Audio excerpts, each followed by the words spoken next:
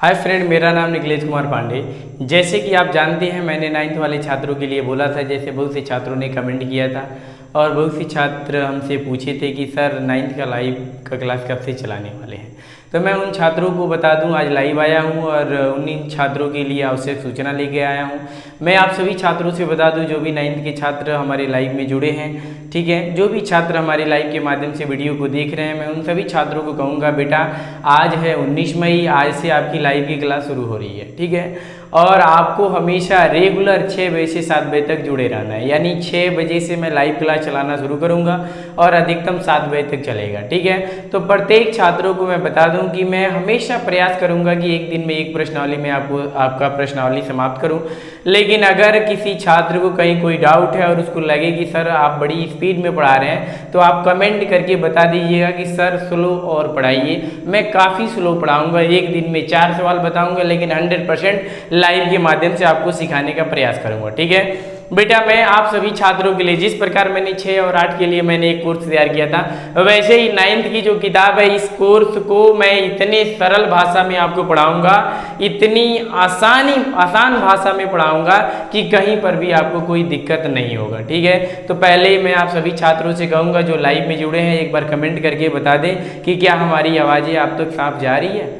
सभी छात्रों से मैं कहूँगा एक बार कमेंट करके बताएं कि क्या उनको सुनाई दे रहा है। और आज से आप अपने सभी मित्रों से कहिएगा कि लाइव में जुड़ने का समय है 6 बजे से लेकर 7 बजे तक। यानी 6 बजे से लाइव क्लास शुरू हो जाएगी और 7 बजे तक मैं पढ़ाऊँगा, ठीक है। तो आज मैं आपको पढ़ाऊँगा 9th का गणित प्रश्नावली 1.1, यानी आपके गणित के चैप्टर में जो प्रश्नावली 1.1 है उसको मैं आज समाप्त करूंगा, ठीक है। तो सबसे पहले मैं बता दूं, इस प्रश्नावली में सबसे पहले नंबर सिस्टम के बारे में दिया है, संख्या के बारे में दिया है, परिमेय संख्याओं के बारे में दिया है।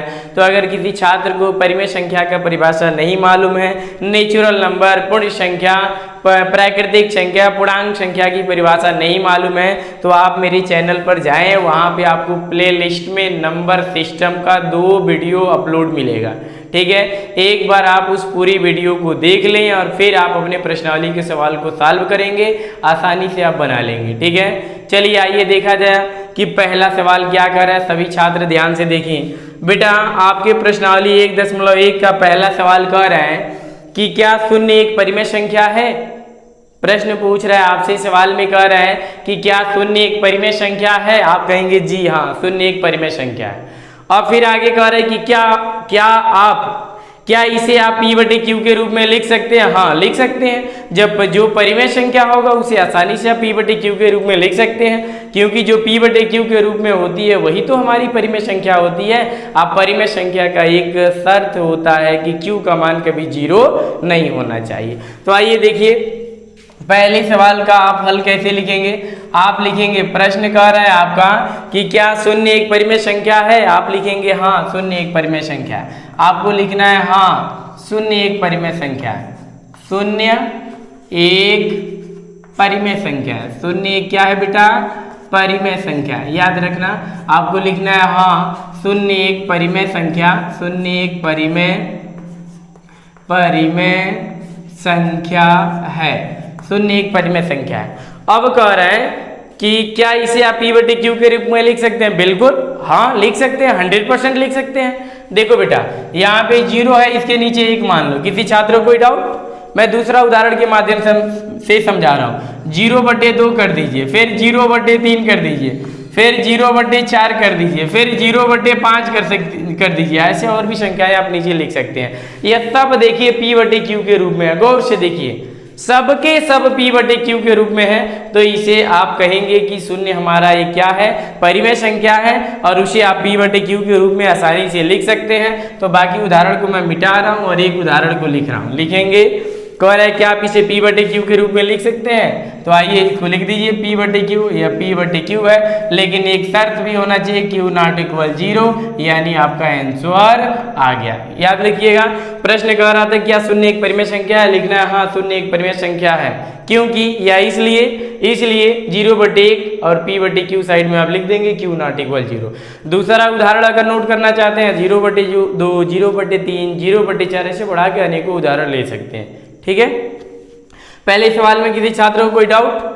बेटा अगर डाउट है तो कमेंट के माध्यम से बताओ कि सर मुझे समझ में नहीं आया, फिर अलग तरीके से फिर मैं बताऊंगा। पहले कमेंट करके बता दो, मैं आपकी कमेंट को देख रहा हूँ। 9th वाले जो भी छात्र, मैं जानता हूँ कि आज लाइव में बहुत से बच्चे कम जुड़े हैं, ठीक है, लेकिन आप सभी छात्रों से ज़रूर कहिएगा कि अब रेगुलर उनका फ्री कास्ट, इसकी कोई पैसा नहीं लग रहा है, समझ रहे हैं, फ्री में लाइव हमेशा चलेगी 6 बजे से लेके 7 बजे तक, और उसमें 9 वाले छात्रों को गणित पढ़ाया जाएगा, ठीक है। चलिए आइए बढ़िए, दूसरे सवाल को देखिए क्या है। दूसरा सवाल क्या कह रहा है बेटा? दूसरा सवाल कह रहा है कि 3 और 4 के बीच आपको 6 परिमेय संख्या ज्ञात करना है। 3 और 4 के बीच देखिए 6 परिमेय कैसे निकालेंगे आपको लिखना है 3 और एक बगल लिख लेना है 4। इसके बीच में कह रहे हैं कि 6 परिमेय संख्या ज्ञात करो। कितना परिमेय संख्या? 6 परिमेय संख्या। तो याद रखिएगा, जिस सवाल में जितना परिमेय संख्या कहे ज्ञात करने के लिए, उससे हमेशा एक अधिक निकाला जाता है, यानी उस परिमेय संख्या में एक जोड़ दिया जाता है। 6 को परिमेय संख्या कह रहा है तो एक को अधिक निकालेंगे, एक जोड़ लीजिए, 7 हो गया। अगर 7 परिमेय संख्या तो उसमें एक अधिक निकालते, 7 में एक जोड़ते, 8 हो जाता। अगर 9 परिमेय संख्या कहता तो 9 से एक अधिक निकालते, यानी आप 10 निकालते। समझ रहे हैं, जितनी परिमेय संख्या कहेगा उतने में आप एक जोड़ दीजिएगा, ठीक है। अब देखिए 3 और 4 के बीच में 6 परिमेय संख्या कह रहा था, इसके नीचे आप 1 मानिए, इसके भी नीचे 1 मानिए, ठीक है। हमने एक नियम बताया था कि जितना परिमेय संख्या कहे उसमें आपको 1 प्लस कर लेना है, तो 6 में 1 प्लस कीजिए, 7 आया। अब उस 7 से आपको क्या करना है, इस 3 में अंश और हर में गुणा करा देना है, इसमें भी ऊपर और नीचे अंश और हर में 7 से गुणा करा देना है। तो देखिए 7 तरीका क्या होगा, 21 और 7 एकम 7 होगा। यहाँ पे 7 चौको 28 और 7 एकम 7 होगा। देख रहे हैं, दोनों में गौर से देखिए, हर बराबर है, हर बराबर है कि नहीं है, लेकिन अंश अलग अलग है। यानी 21/7 और 28/7 के बीच आपको 6 परिमेय संख्या निकालना है। 21/7 और 28/7 के बीच आपको 6 परिमेय संख्या निकालना है। तो उस परिमेय संख्याओं को नीचे नोट कर लीजिए। चलिए शुरू कीजिए।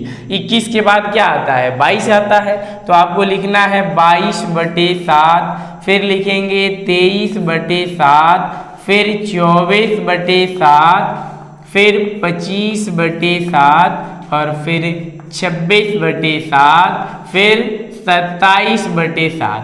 गिन के देख लीजिए 6 परिमेय संख्या निकला कि नहीं निकला। 1 2 3 4 5 6 परिमेय संख्या निकल गया, हमारा आंसर आ गया। तो याद रखिएगा 21/7 और 28/7 के बीच में ही आपको 6 परिमेय संख्या निकालना होता है, ठीक है। कहीं पर भी अगर इस टाइप के सवाल दी तो आसानी से आप बना लेंगे। एक बार और मैं बता दे रहा हूँ, समझा दे रहा हूँ आप सभी छात्रों को। 3 और 4 के बीच में बोला था 6 परिमेय संख्या निकालने के लिए, तो जितना परिमेय संख्या कहेगा निकालने के लिए उसमें आप एक जोड़ देंगे। तो देखिए 6 कहा था तो एक जोड़ दिया, 7 हो गया। अब उस 7 से आप क्या करेंगे, इसके अंश और हर में गुणा करेंगे, इसमें भी अंश और हर में गुणा करेंगे। जब गुणा किए हैं तो यहाँ पे 21/7 आया और यहाँ पे 28/7 आया। तो 21/7 और 28/7 के बीच जितना परिमेय संख्या कहता है उतना आपको निकाल लेना था। यानी 6 परिमेय संख्या बोला तो आपको 6 परिमेय संख्या निकाल लेना था। यही आपका आंसर आ गया। समझ में आ रहा है सभी छात्रों को? चलिए देखिए, बहुत ही गर्मी है, इस समय काफ़ी गर्मी हो रहा है, ठीक है, कोई बात नहीं है। गर्मी का मौसम है तो गर्मी होगा ही। चलिए देख लीजिए बेटा अगला नंबर, अगला सवाल क्या कह रहा है। तीसरा सवाल कह रहा है कि 3/5 और 4/5 के बीच 5 परिमेय संख्याएं ज्ञात कीजिए। यानी तीसरा आपका सवाल दिया है कि 3/5 और दिया है 3/5 और 4/5 के बीच कह रहा है कि 5 परिमेय संख्या निकालिए। यानी 5 परिमेय संख्या आपको ज्ञात करना है। तो याद रखिएगा 5 परिमेय संख्या कह रहा है ज्ञात करने के लिए, तो आप क्या करेंगे, अभी मैंने आपको नियम बताया। कोई छात्र कमेंट करके बताएं क्या करेंगे, मैं आपकी कमेंट का इंतजार कर रहा हूँ। चलिए बताइए क्या करेंगे, इसको कैसे लगाएंगे। हमने आपको नियम बताया था कि जितनी परिमेय संख्या कहे उसमें आपको 1 प्लस कर लेना है। 5 कह रहा है, इसमें 1 जोड़ देंगे, क्या होगा, 6 हो जाएगा। जितना परिमेय संख्या ज्ञात करने के लिए कहे याद रखिएगा उसमें आप 1 प्लस कर देंगे, ठीक है। अब प्लस करने के बाद जो संख्या प्राप्त होगा उस संख्या से इन दोनों संख्याओं में बारी बारी से क्या कर देंगे, अंश और हर में गुणा करा देंगे। यानी इसमें भी 6/6 से गुणा कराना है, 4/5 में भी 6/6 से गुणा कराना है। समझ रहे हैं? चलिए अब देखिए छतरी हो जाएगा आपका 18, यानी छतरी 18, 6 बचे हो जाएगा 23 हो जाएगा। फिर देखिए 6 चौको आपका 24 हो जाएगा और 6 बचे 30 हो जाएगा। गौर से देखिए हर बराबर है नो, तो 18 और 24 के बीच में आपको क्या करना है, 5 परिमेय संख्या निकालना है। तो निकाल लीजिए। 18 के बाद आएगा 19/30, फिर क्या आएगा 20/30, फिर आएगा 21/30 और फिर आपका आएगा 22/30, फिर आपका आएगा 23/30। गिन लीजिए कि 5 परिमेय संख्या निकला कि नहीं। 1 2 3 4 5, देख लीजिए 5 परिमेय संख्या निकल गया। 18/30 और 24/30 के बीच में ही परिमेय संख्या निकालना था। समझ में आ रहा है? चलिए आगे बढ़िए। अगला देखिए चौथा नंबर सवाल क्या कह रहा है, नोट कर लिए हैं, जल्दी नोट कीजिए, मैं इसको मिटा रहा हूँ। चलिए आप मेरे साथ जब भी बैठते हैं, जब भी लाइव में जुड़िएगा तो याद रखिएगा कापी कलम आपके हाथों में होना चाहिए, ठीक है, कि जब भी मैं सवाल को बताऊं तो आप साथ में उतारते चलिएगा, ठीक है। चलिए अगला दिया है, कह रहा है चौथा कि नीचे दिए गए कथन सत्य है या असत्य है। मैंने पूछ रहा है कि नीचे दिए गए जो कथन है वह सत्य है या असत्य है। कारण के साथ अपने उत्तर दीजिए, कारण के साथ आपको उत्तर देना है। पहला सवाल आपका कह रहा है कि प्रत्येक प्राकृतिक संख्या एक पूर्ण संख्या होती है। याद रखिएगा सत्य होगा।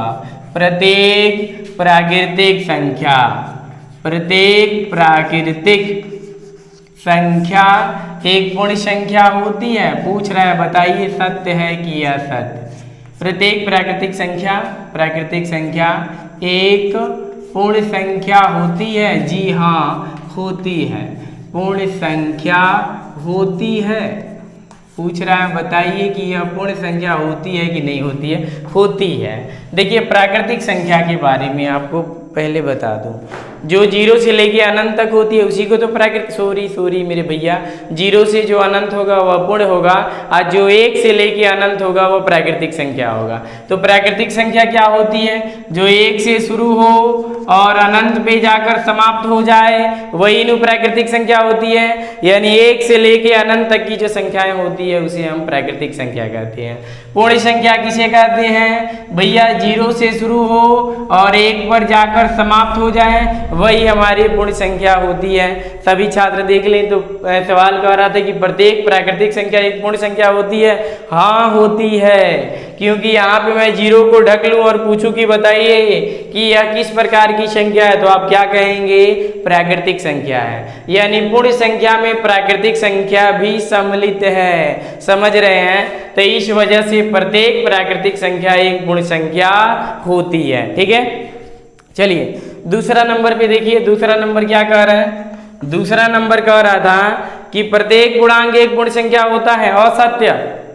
प्रत्येक पूर्णांक एक पूर्ण संख्या होता है, असत्य है। क्योंकि पूर्णांक हमारे क्या होते हैं, याद रखिएगा, पूर्णांक जो होते हैं वह हमारे धनात्मक भी होते हैं, ऋणात्मक भी होते हैं, उदासीन भी होते हैं, लेकिन पूर्ण संख्या हमेशा धनात्मक होती है। समझ रहे हैं? इसलिए यह कथन क्या है, असत्य है। कथन क्या है जी, असत्य है। कह रहा है प्रत्येक परिमेय संख्या एक पूर्ण संख्या होती है, यह भी असत्य है। प्रत्येक परिमेय संख्या एक पूर्ण संख्या होती है, असत्य है, यह पूर्ण संख्या नहीं होती है। तो देखिए एक चैप्टर में आज लाइव के माध्यम से समाप्त किया।